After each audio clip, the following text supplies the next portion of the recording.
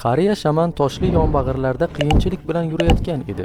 Unga iymonli shogirdlari ergashardi. Tog' cho'qqisiga yetganlarida u uzoqda nimanidir ko'rdi. Odamga o'xshash, lekin devdek ulkan. Unga yetish uchun yana hali bir necha soat yurish kerak. Lekin undan taralayotgan yorqin nur tunda hatto tog'ning narigi tomonidan ham ko'rinardi. Shaman boshchiligida guruh tog'dan tushishni boshladi. Ba'zilar hayratdan yiqilib tushdi, lekin hech narsa ularni to'xtata olmadi. Na o'tkir toshlarning tirnashi, na oyoq kaftidagi qadoqlar.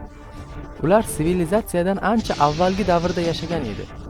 Shuning uchun biror xabar bir joydan boshqasiga yetishi juda uzoq vaqt olardi. Ammo shamanning olovli ulkan bir mavjudot haqidagi g'aroyib tushlari guruh orasida tez tarqaldi. Keyin boshqalar ham xuddi shunday tushlar ko'ra boshlashdi. Boshqa bir davrda bu shunchaki shamanning bir g'alati tushi deb hisoblangan bo'lardi. Ammo hozir bu oddiy tush emas edi. Barcha tushlar olovli ulkan mavjudotdan tortib unga olib boradigan yo'lgacha barchasi haqiqat edi. Shaman va unga ergashuvchilar kelishib oldilar. Bu tushlar chaqiriq edi. Ular ko'rgan mavjudotni topish yo'li. Ba'zilar buni dunyoning yaratuvchisi deb ham o'ylashdi. Go'yo u odamlar uni topishni istayotgandek. Ammo unday emas. Dajla daryosi bo'ylab yurib, Furot daryosi bilan kesishgan joyga yetganlarida ulkan mavjudot aniqroq ko'rina boshladi. U odamga o'xshash, lekin o'zgacha farqlarga ega edi. Uning butun tanasi qanotlar bilan qoplangan, ammo hamma uni biroz boshqacharoq ko'rardi. Kimlardir yuzlab qanotlarni, kimlardir esa bir juftini ko'rardi xolos. Oldida esa xuddi mavjudotning o'zi kabi to'xtovsiz yonayotgan olovli qilich bor edi. Uning uchi yerga qarab turibdi. Dastasi esa harakatsiz, ammo sergak turgan egasining changalida. Go'yo nimanidir kutayotgandek. Odamlar xohlar-xohlamas unga yaqinlashganda mavjudotning ortida nimanidir ko'rdilar. Bu darvoza edi. Olovli mavjudot kabi ulkan, issiqlik taftidan ancha narida jannatga o'xshagan bog' ko'rinardi. Mavjudot bu bog'ning kirish yo'lida turardi. Mevali daraxtlar g'uj-g'uj, lekin hech kim ularning mevalarini tanimadi. Bog'ning markazida ikkita boshqalaridan kattaroq daraxtlar bor edi. Ko'zi o'tkir izdoshlardan biri ularning birini olma daraxti deb aytdi. Ikkinchisi esa noma'lum edi. Uzoqda yana bir nechta olovli mavjudotlar bog' atrofida erkin harakatlanayotganini ko'rishdi. Ammo bu darvoza oldidagi mavjudot go'yo bir dunyo bilan ikkinchisi orasidagi qo'riqchi edi. Guruh ancha yaqinlashgandi. Endi ular butun mavjudotni bittada ko'ra olmasdi. Unga qarash uchun bo'ynini bukib yuqoriga qarashlari kerak edi. Ammo to'satdan ular to'xtadi. Hech kim aytmagan, lekin hamma eshitgan bir so'z jarangladi. Bu buyruq hammaning miyasida yangradi. Xuddi to'g'ridan to'g'ri aytilgandek. Hamma jim shamanga qaradi. Yuzlaridagi noaniqlik ularning hammasi bu ovozni eshitganini ko'rsatardi. Lekin qandaydir sababga ko'ra shaman eshitmagan edi. Shaman o'yladi. Tushlar ularga bu yerga kelishni, mavjudotni topishni buyurgan edi. Endi esa ketishni aytishyapti. Bu mantiqsiz. U guruhga to'xtamaslikni, davom etishni buyurdi. Lekin ular joyidan qimirlay olmasdi. Go'yo oyoqlari mavjudotning buyrug'iga qarshi chiqa olmasdi. Ammo faqatgina shaman buyruqqa bo'ysunmadi. U qo'lida tayoq bilan qo'riqchiga qarab yurishni boshladi. Qolganlar esa unga qichqirib, orqaga qaytishni iltimos qilishardi. Ammo shaman shuncha yo'l bosib javobsiz qaytishni xohlamasdi. Qo'riqchiga nisbatan juda kichkina bo'lgan shaman unga yaqinlashib borardi. Endi hatto u bo'ynini bukib qarasa ham qilichdan balandni ko'ra olmasdi. Ammo so'nggi qadam ortiqchalik qildi. U qo'riqchining chegarasidan o'tib ketdi. U qo'riqchining qimirlashiga hayron bo'lib qarayotganda, nima uchun chaqirilganini so'rashga ham ulgurmasdan yo'q bo'lib ketdi. U bir soniya oldin turgan joyida faqat qoraygan yer va tutun qoldi. Narida turgan izdoshlari vahimali qichqiriqlarni to'xtatdi. Shaman bir zumda kuydirib yuborilganini ko'rib dahshatga tushdi. Keyin ularning miyalarida yana bir buyruq yangradi. Va ular unutishdi. Butun guruh orqaga qaytib, uzoq safarni boshladi. Voqeani qog'ozga tushirgan yordamchi qo'lyozmalarini tashlab ketdi. Qo'riqchining tasvirlarini shamol olib ketdi. Hech kim orqaga qaramadi. Tarixiy hujjatlarda bu voqea haqida ma'lumotlar juda oz. Faqat Dajla va Furot daryolari atrofida bo'lgan diniy guruh haqida afsonalar bor. Ammo hech qanday dalil yo'q. 1000 yillar o'tgach bir varaq qog'oz topildi. Unda noma'lum yozuvchi qo'li bilan chizilgan mavjudot tasviri bor edi. Keyinchalik u SCP-001 darvoza qo'riqchisi deb nom oldi. Bu chizmani topgan odamning ismi noma'lum. U ehtimol erkin arxeolog yoki tilla izlovchi bo'lgan. Ba'zilar uni 1800-yillarda Nyu-Yorkdagi Kornell universitetida ishlagan professor deb hisoblashadi. Qog'oz Kornell universitetiga olib kelinganda, u okkultizmga qiziqqan talabalar guruhining diqqat markaziga aylandi. Ulardan biri 1866-yilda Nyu-Jersida tug'ilgan Aaron Siegel, fizika bo'yicha talaba edi. Lekin uning asl qiziqishi ilmiy izohlab bo'lmaydigan narsalar edi.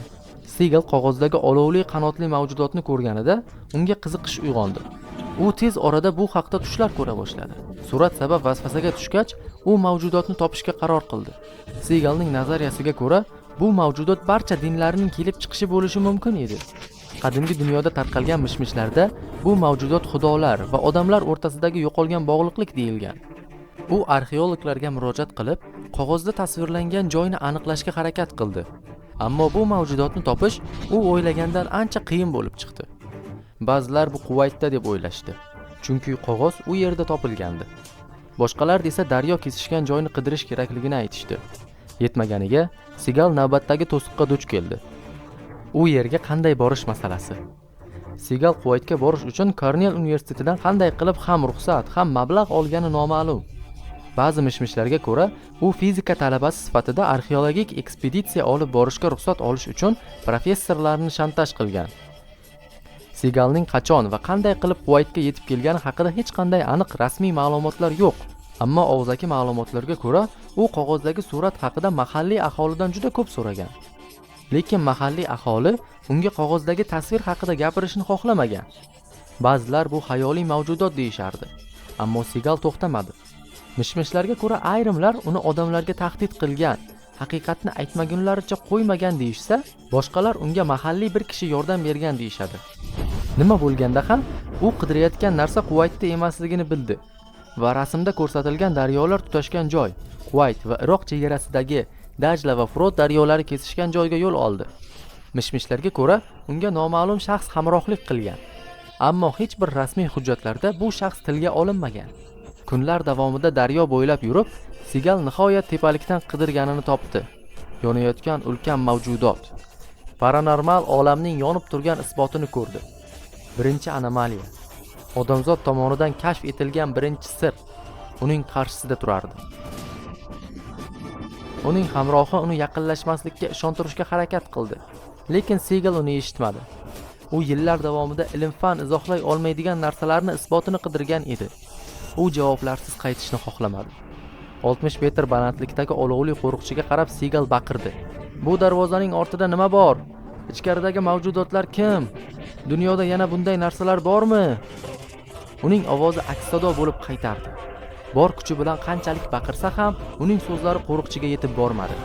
Shunda Sigal unga yaqinlashganlarning taqdiri qanday bo'lganini bilmasdan yanada yaqinroq yurdi. To'satdan uning miyasida bir so'z yangradi. Tayyorlan. Bir zumda Sigal nima qilish kerakligini tushundi. U tashkilotni tasavvur qildi. Sirli, g'ayritabiiy narsalarni topish, o'rganish va himoya qilish, insoniyatni tushunib bo'lmaydigan xavflardan saqlash uchun tuzilishi kerak bo'lgan tashkilot. Unga dunyoni o'zgartirish imkoniyati berilgan edi. Keyin Sigal har qachongidan ham qat'iyatli holda ortga qaytdi. 1891-yilda u Nyu-Jersiyga qaytib, ommaviy axborot vositalaridan g'oyib bo'ldi. Ammo g'oyib bo'lishidan avval Sigal yanada diqqatli bo'lib qolgandi. O'z maqsadiga sodiq edi.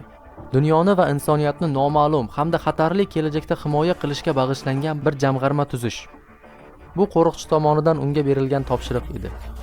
Sigal tasavvur qilgan tashkilot haqiqatdan ham barpo etildi. Aaron Siegel tomonidan asos solingan SCP fondi. Bugungi kungacha SCP-001 darvoza qo'riqchisi jamg'arma tomonidan aniqlangan eng qudratli anomaliyalardan biri, ehtimol eng kuchlisi hisoblanadi. Kundaliklarida Sigal bu mavjudotni Bibliyada, eski ahdning ayrim qismlarida tasvirlangan farishta Uriel deb hisoblagan. Dajla va Frot daryolari kesishmasidan ketganidan so'ng Sigal qadimiy bobillik yozuvlar, O'lik dengiz qo'lyozmalari va Tavrotning ibtido kitobi kabi turli matnlarni o'rganishga kirishdi. va ular orasida qandaydir bog'liqliklar borligini aniqladi. Sigal darvoza qo'riqchisi Eden bog'i darvozasini qo'riqlovchi farishta degan xulosaga keldi. SCP fondi tashkil etilgach, darvoza qo'riqchisi ilk bor Sigal tomonidan topilgan joy yaqinida mavjudotdan 10 kilometr uzoqlikda 0-hudud nomli tajriba bazasi qurildi. Shu vaqtdan boshlab mavjudot haftaning har kuni 24 soat davomida kuzatuv ostida saqlanmoqda. Uni to'liq izolyatsiya qilish yoki nazoratga olishning hech qanday iloji yo'q. Bu uning joyidan siljimaydigan va sezilmas, ammo nihoyatda vayron qiluvchi imkoniyatlarga egaligi bilan bog'liq. Darvoza qo'riqchisining hujum qilish masofasini aniqlash maqsadida turli tajribalar o'tkazilgan. Tajriba alfa davomida D sinfidagi bir mahkum darvoza qo'riqchisiga piyoda yaqinlashtirildi. Vizual aloqa o'rnatilishi bilan mahkum mavjudot tomonidan ko'p hollarda beriladigan psixik buyruqni "ket" degan so'zni eshitdi. U tajribani davom ettirish buyruqlariga qaramasdan hududni tark etishga harakat qildi. Natijada D sinfidagi mahkum o'sha zahotiyoq yo'q qilindi.